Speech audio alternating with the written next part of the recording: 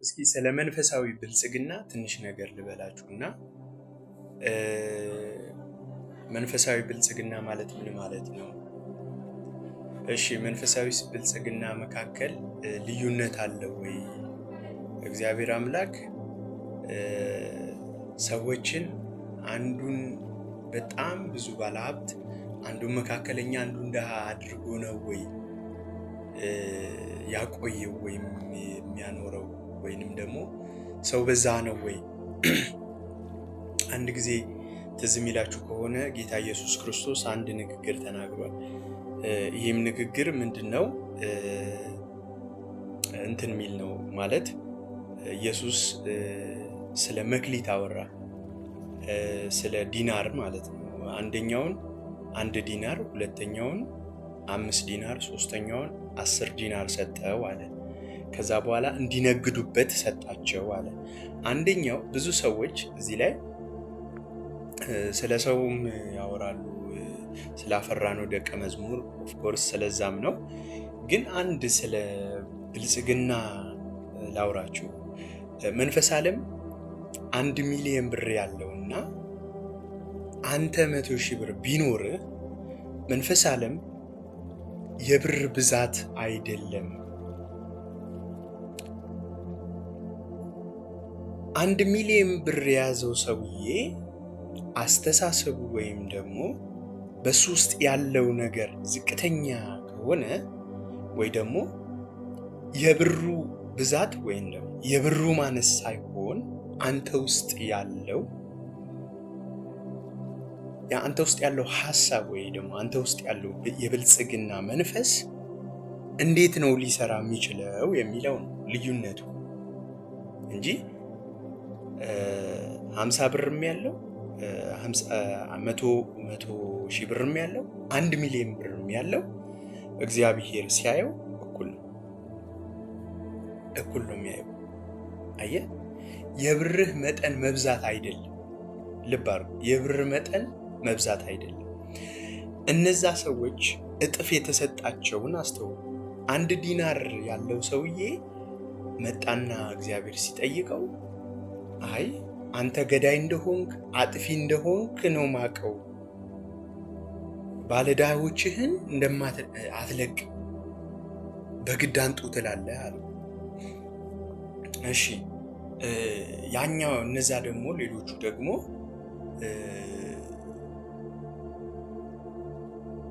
ሰሩ። 5 የተሰጠው 10 አደረገ፣ 10 የተሰጠው 20 አደረገ። እግዚአብሔር እንደዚህ ያለ እናንተን አለ በጥቂቱ ታምናችኋልና በብዙ ሾማችኋል አላቸው። ከዛ ያንን ሰው አባረረው። እግዚአብሔርን እንደምን ነው የምታየው ነው? እግዚአብሔርን እንደ ባራኪ አምላክህ ነው ወይስ እግዚአብሔር አንተ እግዚአብሔርን የምታየው እንደሚባርክህ አምላክ ነው የምታየው ወይስ እግዚአብሔር አስራት ካልሰጠህ መባ ካልሰጠህ ለሆነ ሰው ለችግረኛ ካልሰጠህ የሚወስድብህ አምላክ አድርገህ ነው የምታስበው? እንዴት ነው እግዚአብሔርን የምታስበው? እግዚአብሔር የበረከትህ ምንጭ ነው ወይስ አንተ በሆነ ሲስተም ነው የምታስበው እግዚአብሔርን ነው ጥያቄው።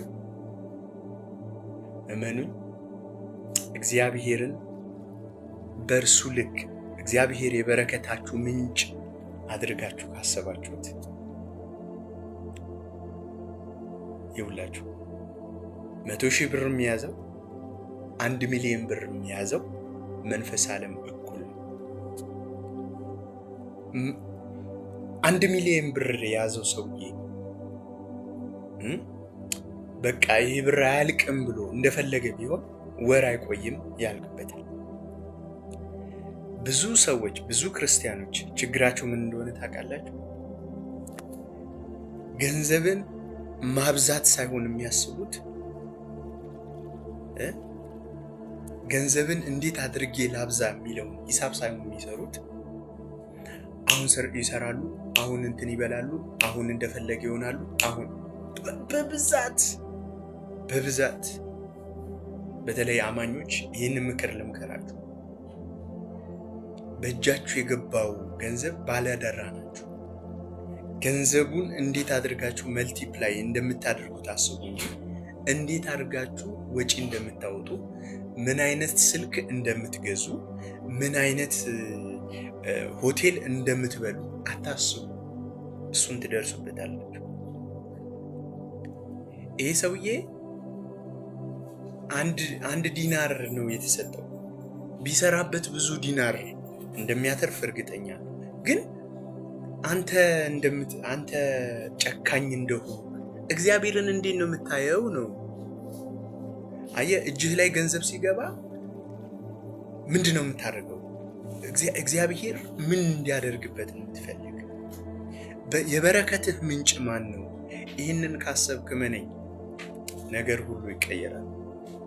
ስለዚህ መክሊታችሁ፣ የተሰጣችሁ ገንዘብ፣ እጃችሁ ላይ ያለው ገንዘብ የእናንተ ነው። እግዚአብሔር ለእናንተ አደራ ሰጥቷችኋል። ባለ አደራ ናችሁ። ስለዚህ ይህንን ገንዘብ ምን ማድረግ ነው የምትፈልጉት? ከትንሽ ነገር ጀምሩ። እግዚአብሔር አምላክ እንደሚያበዛችሁ እርግጠኛ ነው። ስለዚህ እግዚአብሔር በእናንተ ውስጥ ያለው ብልጽግና ማለት መንፈስ ነው። ብልጽግና በእናንተ ውስጥ የሚኖረው እግዚአብሔር ነው። በእናንተ ውስጥ የሚኖረው እግዚአብሔር ደግሞ ባለጠጋ ነው። ስለዚህ ገንዘባችሁን አይደለም መመካት ያለባችሁ፣ የሰጣችሁን እግዚአብሔር ተማምናችሁ ጀምሩ።